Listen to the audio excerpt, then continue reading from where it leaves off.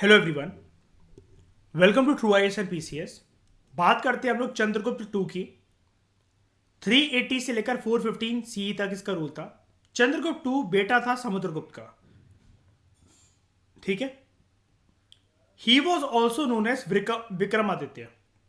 This you should remember. MPPSC में एक बारी पास्ट में क्वेश्चन पूछा हुआ है इसके बारे में, और भी अदर एग्जाम्स में पूछे हुए क्वेश्चन इसके बारे में। ठीक है, तो याद रखना।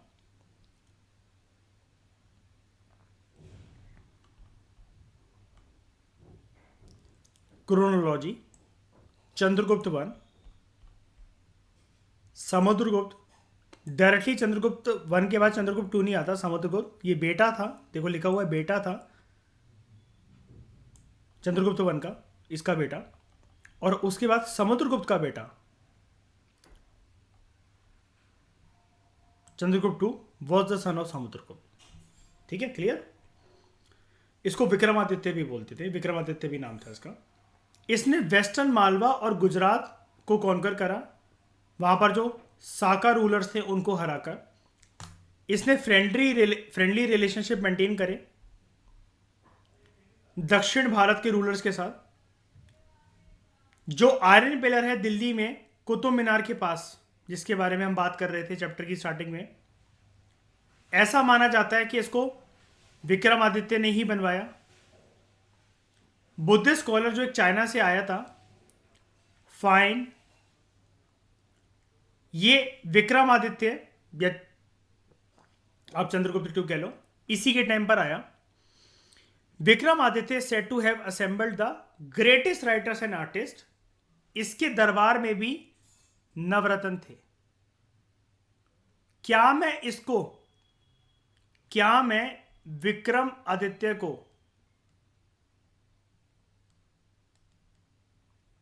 बिल्कुल ये चीज दरबार की शान से रखना, क्या मैं इसको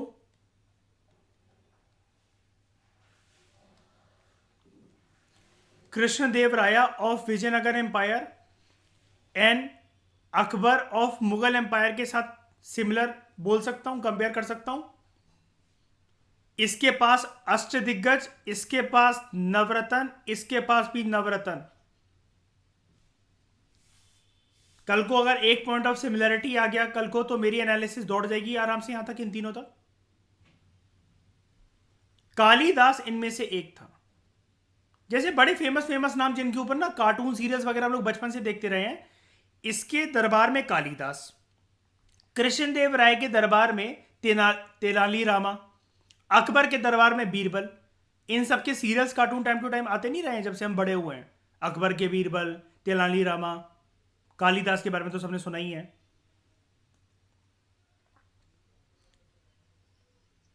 अरे नहीं नहीं, ये नवरत्न आप इसे सोच रहे हो ज्वेलरी है ना। नवरत्न का मतलब ये लोग मेरे 9 प्रीशियस लोग हैं। अरे ऐसा मान लो ना, दीपांकी 9 बीवियां। अब किसी को कंपेयर तो नहीं कर सकता ना मैं। बिनते दिल अगर करना है तो 8 मतलब मुझे तैयार करके भेजेंगी एक के पास मंडे, ट्यूसडे बाकी 8 प्रिपेयर करके भेजेंगी मुझे एक के पास, वेनेसडे, थर्सडे, संडे को सब एक साथ, क्योंकि उस दिन फाउंडेशन कोर्स नहीं चलता है। ठीक है, ये अब समझ में आया नवरत्न। जब भी ऐसे कभी टर्म्स आते हैं सोचना ही नहीं है। ठीक है, कोड पोएट थे ये। ठीक है, अब वही तो बात है ना कि इनकी वर्क से भी इंप्रेस होकर इनको ये वाले दर्जे दे दिए जाते थे कि क्या लिखा है। अच्छा, और देखो ना, अच्छी बात ये है कि पर्सन तो तब ना पहचान पाए ना इसको, पर्सन तो तब ना पहचान पाए ना इसको कि जब मतलब ये क्या लिख रहा है, मुझे क्या इंटरेस्ट है ये। लेकिन इनके खानदान के खुद के लोग, इसके पापा भी तो कविराज थे। अब जैसे अमीर खुसरो है, दिल्ली सल्तनत में कितने सारे जो सुल्तान है उनके काम करता है, बताया था ना मैंने। खिलजी सल्तनत में भी रहता है, जलालुद्दीन खिलजी के पास भी रहता है, अलाउद्दीन खिलजी के पास भी रहता है, उसके बाद भी और सारी जगह जाता है, उससे पहले भी जाता है बहुत सारी जगह, उनके दरबार की शान होता है। ये चीज है। तो कालिदास इनमें से एक था। कालिदास जो थे, ही वॉज, ये आपको लिस्ट याद करनी है, ये आपको लिस्ट एक ही जगह मिल गई, बहुत अच्छी बात है, बहुत काम आएगी आपको, ये मैं बता रहा हूँ। ये अभी एमपीपीएससी के लिए तो इसको बिल्कुल प्यार ही कर लेना, बिल्कुल फेवरेट चीज़ ही बना लेना इस बक्से को तो अपनी। Kalidasa Sanskrit poet, Harisena Sanskrit poet, Amar Sinha lexicographer, Dhanvantari physician, कानपनक एस्ट्रोलॉजर, सनकू आर्किटेक्ट, वरामीरा एस्ट्रोनॉमर, वराउची ग्रामेरियन और संस्कृत के स्कॉलर, और विट्ठल भट्ट एक मैजिशियन जादूगर। देख रहे हो, एंटरटेनमेंट के लिए भी किसी ना किसी को रखा हुआ है। अब ये वो वाली बात नहीं है कि, है ना, कि ये इनकी इज्जत करी जाती थी, है ना अंकिता, ऐसा नहीं कि अब तुम्हारे थे मूड खराब हो, चल जादू करके दिखा जल्दी फटाफट, वरना तू गया। ठीक है, इनको दरबार की शान समझ के रखा जाता था। जो सरनेम्स हैं चंद्रगुप्त टू के, वो क्या क्या यूज करे गए हैं? Extremely important box, extremely important box. लोगों को तो सिर्फ दो ही चीजें पता होगी एग्जाम में, और यूपीएससी का बच्चा तो वैसे भी उतना भी पढ़कर नहीं जाता, 99.99% लोग। और ऐसा भी नहीं है कि हिस्ट्री ऑप्शन वालों को सब कुछ प्रीलिम्स में बैठ के याद आ जाएगी अपनी नॉलेज, ऐसा भी नहीं होता है। चंद्रगुप्त टू और विक्रमादित्य, हर बुक यहीं तक बस बात बता देती है जर्नली ज्यादातर। इसके और भी सरनेम थे, नरेंद्र चंद्र, सिमाचंद्र, नरेंद्र सिम्हा, विक्रम देवराज, देवगुप्त, देवाश्री। अगर कल को क्वेश्चन आ गया, वो आपको फॉर एग्जांपल मौर्यन एम्पायर के 4-5 नाम, बैक्ट्रियन एम्पायर के, इंडो ग्रीक्स के और इसके कोई नाम दे रहे हैं, और वो बोल रहे हैं इनमें से कौन गुप्ता एम्पायर से बिलोंग करता था, गुप्ता डायनेस्टी से इसका लिंक था, और अगर उन्होंने ये वाले नाम दे दिए, देवगुप्त या देवाश्री या विक्रम देवराज, बताओ जरा, किसी के माइंड में दूर दूर तक भी आएगा कि इसको टिक करो, this should be the right option? और आपको क्या लगेगा, क्वेश्चन ही गलत था। और 6th क्लास में दे रखा है, सिर्फ 6th क्लास में, सोचो जरा। इसकी 11वीं क्लास में तो क्या होगा तुम सोच भी नहीं सकते हो, सिर्फ 6th क्लास में दे रखा है ये। सिर्फ एनसीईआरटी के बेसिस पर भी ना प्रीलिम्स निकाला जा सकता है, बिना करंट अफेयर के, प्रोवाइडेड कि आप एनसीईआरटी की डेफिनेशन किसको लेकर चलते हो, क्या सिर्फ नॉर्थ इंडिया की एनसीईआरटी या फिर तमिलनाडु की बुक्स भी। Chandragupta two was succeeded by his son Kumaragupta one, जिसने नालंदा यूनिवर्सिटी बनाई है। नालंदा यूनिवर्सिटी कहां पर है? स्टेट।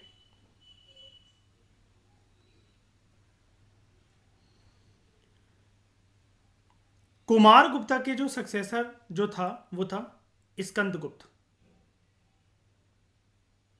इसको इन्वेजन सहन करनी पड़ी हुन ट्राइब्स की, एक ट्राइब थी हुन। मतलब आप जानते हो ना कि हर एक एम्पायर हमने कैसा पढ़ा है, पहले वो ये, जब इनको रियलाइज हो जाता है कि माला माल हैं, हम एक्सट्रीमली पावरफुल हैं, फिर आने वाली औलादें नालायक निकलती हैं, और फिर एम्पायर यहाँ पर ख़त्म होकर फिर यहाँ से दोबारा से फिर से फ्रेश शुरुआत होती है। और इसके बीच में ये आ जाता है एक गैप, एक वैक्यूम, जिसमें कुछ कुछ छोटे छोटे एम्पायर ट्राइब वगैरह लड़ रहे होते हैं, झगड़ रहे होते हैं। हिस्ट्री में लगभग 50 साल का ऐसा गैप आता है। तो यानी कि सब कुछ ऐसे ही चलता है हिस्ट्री के अंदर, ये फिर गैप, फिर ये, फिर गैप, फिर ये, फिर गैप। हड़प्पा को देख लो, फर्स्ट अर्बनाइजेशन कहते हैं ना फेज उसे, गया ऊपर कितना ज़्यादा वैक्यूम आता है। सेकंड अर्बनाइजेशन का फेज फिर उसके बाद 6th सेंचुरी बीसी में जब आयरन डेवलप होता है। तो ये जो गैप आता है, ये जो इस तरीके का गैप आता है, यही होता है वैक्यूम हिस्ट्री के अंदर।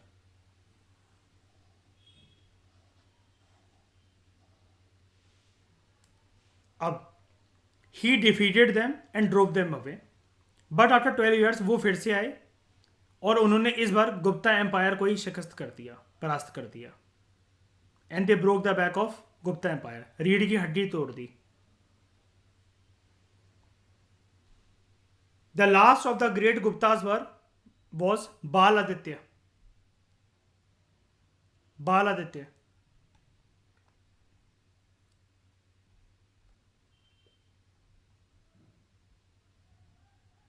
और इसका नाम एक और बोला जाता है इतिहासकारों के द्वारा, नरसिम्ह गुप्ता वन। ये भी बुद्धिज्म का फॉलोअर था।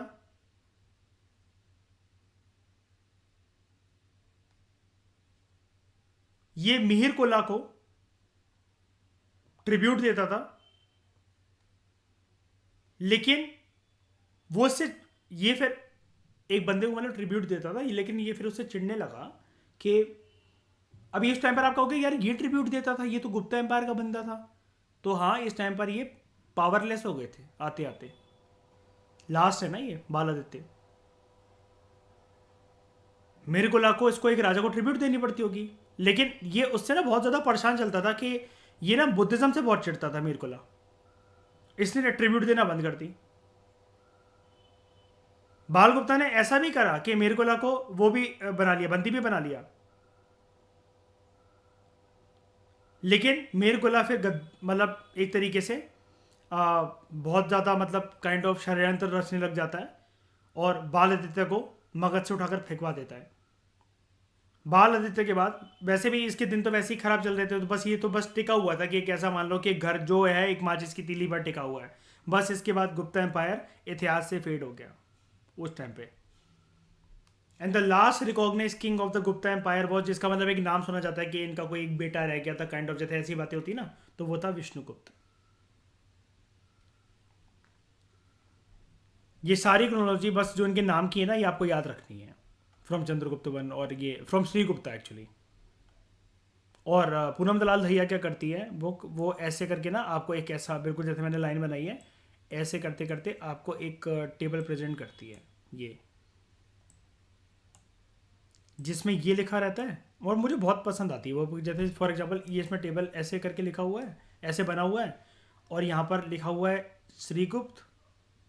और ये नहीं कि शॉर्ट नोट्स उसके के मतलब अगर ऐसे करके लिखा हुआ है, उसके बाद इसके पॉइंट्स लिखे रहते हैं पूरे पूरे डिटेल में पैराग्राफ में, 1 2 3 4 5 6। अगर फॉर एग्जांपल मान लो अगर ये यहाँ तक भी पॉइंट्स आ रहे हैं ना, ये ऐसे करते करते 17-15 पॉइंट्स हो गए, तो फिर उसके बाद जो अगला कॉलम बनता है फिर वो इसके नीचे ही बनता है अगले रूलर का। फॉर एग्जांपल यहाँ पर बनेगा उसका घटोत्कच का कॉलम। उसके बाद उसकी सारी डीट्स, क्या हुआ था, बीबी के नाम क्या थे, क्या करा था, कौन सा सिक्का चलवाया था, कौन सा टैक्स सिस्टम था, ऐसे करके। तो वो आप रिलेट कर पाते हो कि अच्छा यार ये वाला पॉइंट तो तमिलनाडु में डन है, ये वाला भी डन है, ये एनसीईआरटी में मिल गया था, ये एनसीईआरटी में मिल गया था। हाँ मुझे पता है कि कालिदास इसका कोड पोएट था। ये 3 पॉइंट्स मुझे नए लग रहे हैं, तो जो मैंने नोट्स बनाए हैं ऐसे करके इसके साइड में जहाँ पर ये श्री गुप्ता के बारे में मैंने बात लिख रखी है, ये 3 चीज़ें मैं लिख लेता हूँ या लिख लेती हूँ और उसको फाड़ दो। फिर ऐसे बनते हैं नोट्स, अंकिता समझ गए? जो हम स्टैंडर्ड बुक्स पढ़ेंगे उसमें कुछ नया नहीं है। मतलब आप ये मान लो कि छठी हमने कर ली ना, 6 क्लास की है, आपकी 11वीं क्लास डन है, पूनम दलाल दहिया डन है, ऑक्सफोर्ड डन है, मतलब हर सब्जेक्ट में ऐसे ही है। इसको रेफरेंस के तौर पे लिया जाता है। अब मैं वहां ऐसे थोड़ी ना कर सकता हूँ, चलो हम हड़प्पा स्टार्ट करते हैं, अब हम फिर से बोलते हैं कि लाइन कर करके उसमें वो चीज़ हम कर चुके हैं, सिर्फ एक्स्ट्रा चीज़ें। जैसे उस दिन मैं तुम्हें एक वो बॉक्स भेजा, ये देखो हड़प्पा में क्या क्या चीज़ें इंपोर्ट होती थी और कहाँ कहाँ से आती थी। सलमान खान जो पत्थर पहनता है, जो मैं तुम्हें बताता था, लैपिस लजूली, लैपिस लजूली, ये शोटुकई अफगानिस्तान से आता था। अब ये लिस्ट तुम्हें और कहीं नहीं मिलेगी, या तुम खुद से बनाने बैठो तो तुम्हारा टाइम वेस्ट हो सकता है। बगल में देखो जैसे ये आइडोलेट्री वगैरह, ये क्या क्या मिलता था, बर्ड्स कौन कौन सी थी, वो कौन, पीपल ट्री। अब ये देखो, ये वाला पॉइंट ऐसा है कि मैंने भी बहुत ज़्यादा रिग्रेट करा। इस बार एमपीपीएससी ने जो सील्स के ऊपर जो पूछा था कि हड़प्पा में कौन से एक सील के ऊपर कौन सा ट्री मिलता है वो करके, ये आराम से इस बुक में दे रखा था, लेकिन मेरी रिवीजन उतनी स्ट्रांग नहीं थी, तो मैं एमपीपीएससी में गलत कराया उस क्वेश्चन को। मैंने और प्रतिष्ठा दोनों ने ही गलत कर दिया उस क्वेश्चन को। ये चीज़ है। अब ये देखो स्ट्रीटाइट, तापी छाया से ये आता था। अब कौन जाने नॉर्मल पर्सन की तापी छाया ईरान के अंदर है, हमें तो यही लग रही है ऐसी जगह सुनने में, कोई यूपी बिहार या कहीं नालंदा वालंदा के टाइप की कुछ होगा ये वहाँ पर। लेकिन कोई हमें ये बोलते कि हड़प्पा में तापी छाया सा क्या आता था। अब हम कहें भाई तापी छाया कहाँ पर है ये? ईरान, पामीर यहाँ से आता था। खेतरी माइंस के बारे में तो हर कोई जानता है, लेकिन सिल्वर आता था ज्वार माइंस से, ये भी राजस्थान में। तो हम बहुत एक्सट्रीम लेवल पर जाने वाले हैं। तो बात करते हैं फाइन की। During the reign of Chandragupta two, Buddhist monk Fahien India आया था। इसके जो ट्रेवल अकाउंट्स हैं, they provide us information about कि किस प्रकार से उस टाइम पर हिंदुस्तान में सोशियो इकोनॉमिक, रिलीजियस और मॉरल कंडीशन चल रही थी गुप्ता एज में लोगों की। फाइन के अकॉर्डिंग जो मगध के लोग थे वो बहुत खुश थे, प्रॉस्परस थे, जस्टिस ठीक ठाक तरीके से एडमिनिस्टर करा जाता था और किसी को भी मौत की सजाएं नहीं दी जाती थी। गया वॉज डेसोलेटेड, खाली टाइप था काइंड ऑफ, और भी मतलब उधर चीजें बन सकती थी, बच सकती थी। कपिला वस्तु एक जंगल था, मतलब वहां पर भी स्कोप था डेवलपमेंट का। But Pataliputra people were rich and prosperous, ये कहता है। ठीक है, क्या ये सारी चीजें आप लोगों को समझ में आई यहां तक?